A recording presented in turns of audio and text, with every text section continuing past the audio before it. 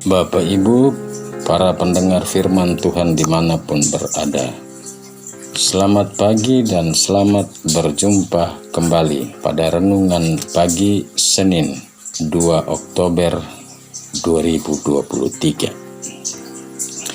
Sebelum kita memulai renungan pagi hari ini, mari kita mengawali renungan pagi kita dengan berdoa. Dalam nama Bapa dan Putra dan Roh Kudus. Amin. Marilah berdoa.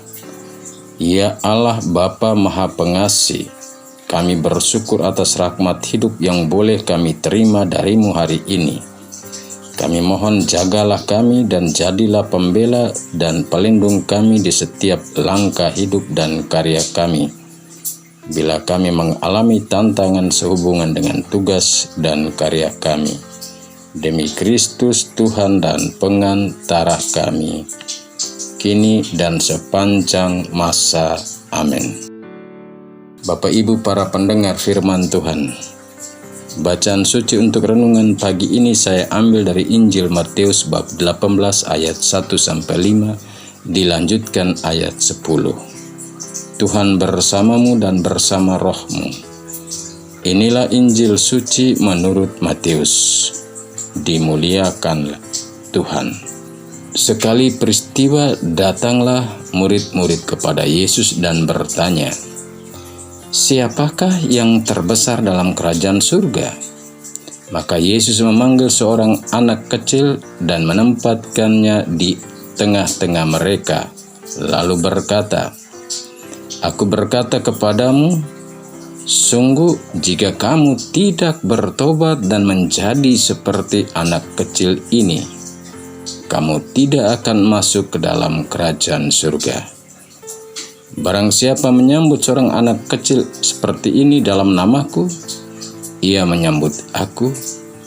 Ingatlah, janganlah kamu menganggap rendah seorang dari anak-anak kecil ini, karena aku berkata kepadamu, malaikat mereka ada di surga dan selalu memandang wajah Bapakku yang di surga." Demikianlah sabda Tuhan. Terpujilah Kristus.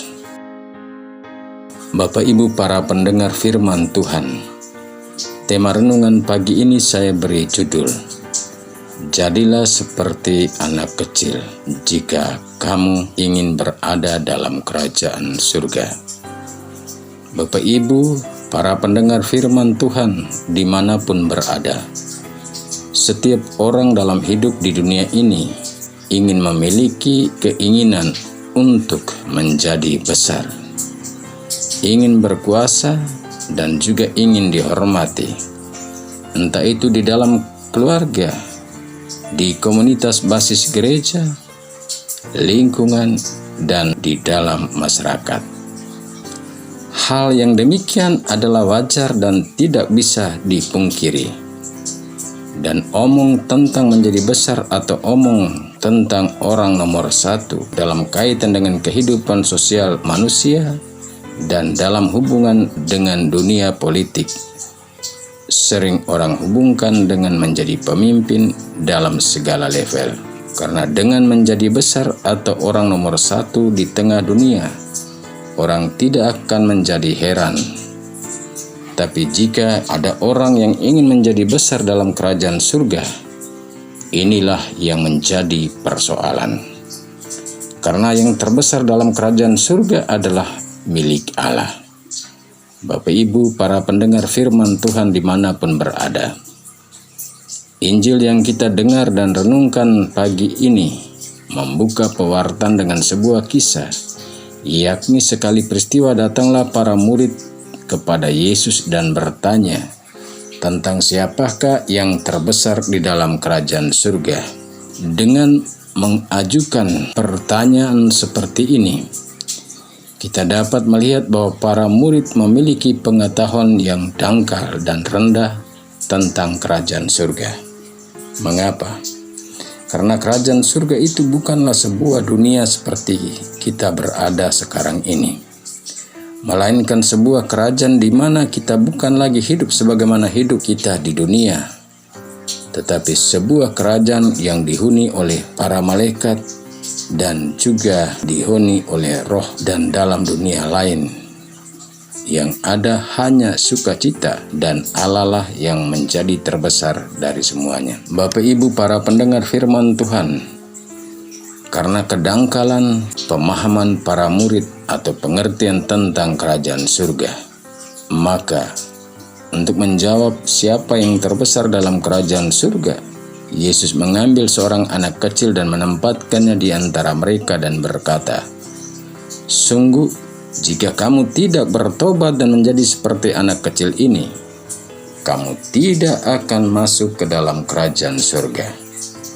Karena untuk masuk ke dalam kerajaan surga, orang perlu memiliki sikap seperti para murid, seperti seorang anak kecil, yakni polos, terbuka, jujur, rendah hati, dan menggantungkan hidupnya pada Tuhan seperti seorang anak bergantung penuh pada orang tua dalam hidupnya.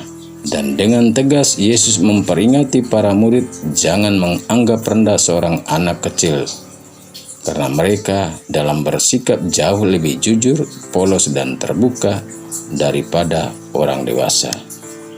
Maka dengan menempatkan seorang anak kecil di antara para murid, Yesus tidak bermaksud agar para murid harus kembali menjadi seperti anak kecil dalam postur tubuh, melainkan dalam sikap, sifat, dan semangat atau spiritualitas hidupnya. Bapak Ibu para pendengar firman Tuhan dimanapun berada, karena dalam pengajaran tentang kerajaan surga, Yesus juga sering berkata, "Barang siapa ingin menjadi besar di antara kamu, hendaklah ia harus menjadi pelayan dan hamba semuanya." Karena dengan menjadi hamba dan pelayan, para murid dan kita dituntut memiliki kerendahan hati, ketaatan, dan kesetiaan.